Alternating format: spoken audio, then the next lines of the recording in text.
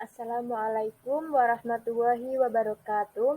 Perkenalkan, nama saya Ika Juliana Putri dari Fakultas Psikologi Universitas Islam Sultan Agung. Pada kesempatan kali ini, saya akan mempresentasikan psikosomatik dalam berbagai perspektif, mata kuliah Islam dan disiplin ilmu, dosen pengampu Dr. Haji Retno Anggraini, MSI Psikolog. Oke, langsung saja kita mulai. Untuk bab yang akan saya presentasikan adalah bab 3.A psikosomatik konvensional.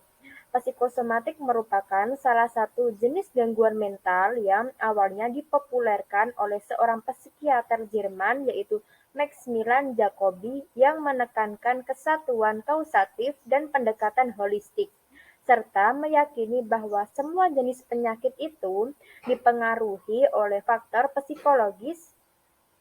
Gangguan psikosomatik adalah sebuah label yang dikenakan pada gangguan apapun dengan manifestasi-manifestasi somatik atau ketubuhan yang diasumsikan memiliki etiologi sekurang-kurangnya etiologi kognitif dan emosi parasial di sejumlah taraf psikologis.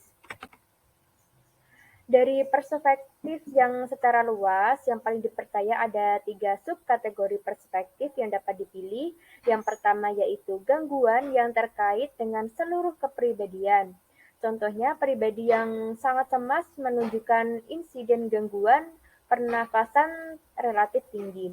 Yang kedua ada gangguan yang berkaitan erat dengan gaya hidup seseorang. Contohnya menekan yang mereka yang berada dalam tekanan yang tinggi atau dalam situasi pekerjaan yang menekan menunjukkan hipertensi yang relatif tinggi dan disfungsi lambung.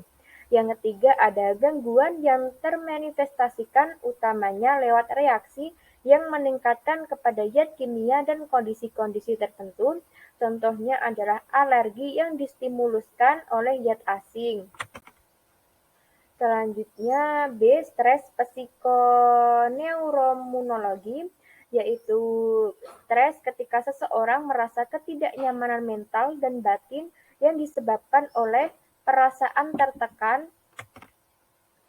Terdapat dua istilah yang sering digunakan di kalangan medis, yaitu stres dan kecemasan atau anxiety.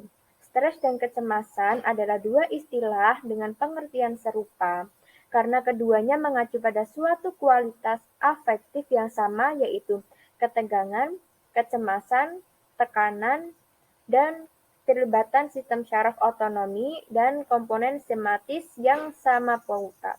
Perbedaannya hanyalah pada penekanannya saja. Istilah stres merupakan pandangan sosial atau non-medik, sedangkan anxiety adalah pandangan klinis atau psikiatris. Selanjutnya, adapun stres akut terjadi karena tuntutan adaptasi pada situasi dan kondisi sesaat atau dalam waktu yang relatif pendek. Stres kronis yang muncul dalam bentuk penyesalan dan dendam yang tersimpan lama, tapi juga perasaan putus asa. Pada gejala stres yang dikeluhkan penderita didominasi oleh keluhan-keluhan somatik atau fisik, tetapi dapat pula diartikan keluhan-keluhan psikis. Pada gejala cemas, keluhan penderita didominasi oleh keluhan psikis, ketakutan, dan kekhawatiran. Pada gejala depresi yang dikeluhkan penderita didominasi oleh keluhan-keluhan psikis atau kemurungan dan kesedihan yang mendalam, tetapi dapat pula disertai keluhan-keluhan somatik. Reaksi-reaksi yang terjadi ketika seseorang mengalami stres dapat dikelompokkan sebagai berikut. Yang pertama ada reaksi emosi cemas ditandai dengan khawatir, prihatin, tegang, dan takut. Gejalanya bisa berupa perasaan mati rasa, kehilangan minat, merasa tersingkir, menghidupkan kenangan-kenangan yang lalu, gangguan tidur, dan merasa bersalah dan marah. Yang kedua, reaksi sikap berupa kesiagaan yang berlebihan atau over alertness, agresi atau melawan, atau justru sebaliknya yaitu sikap menyerah, pasif, menarik diri, dan adaptif atau apatis. Yang ketiga, reaksi kognitif yang muncul berupa sulit konsentrasi dan mengorganisasikan pikiran secara logis, sulit mengingat atau keliru interpretasi. Yang keempat, fisiologis atau komponen somatik Pada stres berkaitan dengan sistem saraf pusat, reaksi fisiologis pada stres tampak pada aktivasi sistem saraf simpatik dan aksis hipotalamus hipofisis adrenal, sehingga terjadi pelepasan katekolamin dan glukokortikoid. Selanjutnya, ada para ahli lain juga menerangkan bahwa stres berkaitan dengan sistem limbik meliputi talamus, hipotalamus, amigdala, dan hipokampus yang berkaitan dengan aspek emosi dan ingatan. Stres pada umumnya dapat menghasilkan respon yang dimediasi oleh berbagai neurotransmitter, sitokin proinflamasi, dan hormon baik otak maupun di periferal. Pada gilirannya, peradangan kronis sangat berperan pada patogenesis gangguan utama seperti diabetes, penyakit kardiovaskular, dan kanker. Pengertian hormon adalah zat khusus yang merupakan persenyawaan kimia hasil produksi kelenjar. Adapun kelenjar-kelenjar yang ada pada tubuh manusia, yang pertama ada kelenjar pituitari, disebut juga kelenjar hipofis atau kelenjar lendir. Yang kedua ada kelenjar tiroid dan paratiroid, berfungsi mengatur kecepatan dalam mengubah makanan jadi panas, membantu pertumbuhan agar normal, dan melancarkan kerja susunan saraf. Paratiroid berfungsi merangsang pengeluaran kalsium dari dalam tulang dan mengatur kadar kalsium di dalam darah. Ketiga ada kelenjar adrenal, berfungsi memperkuat respon susunan saraf terhadap stimulus rasa takut, marah, atau gembira, melawan rasa tertekan dan kegoncangan jiwa.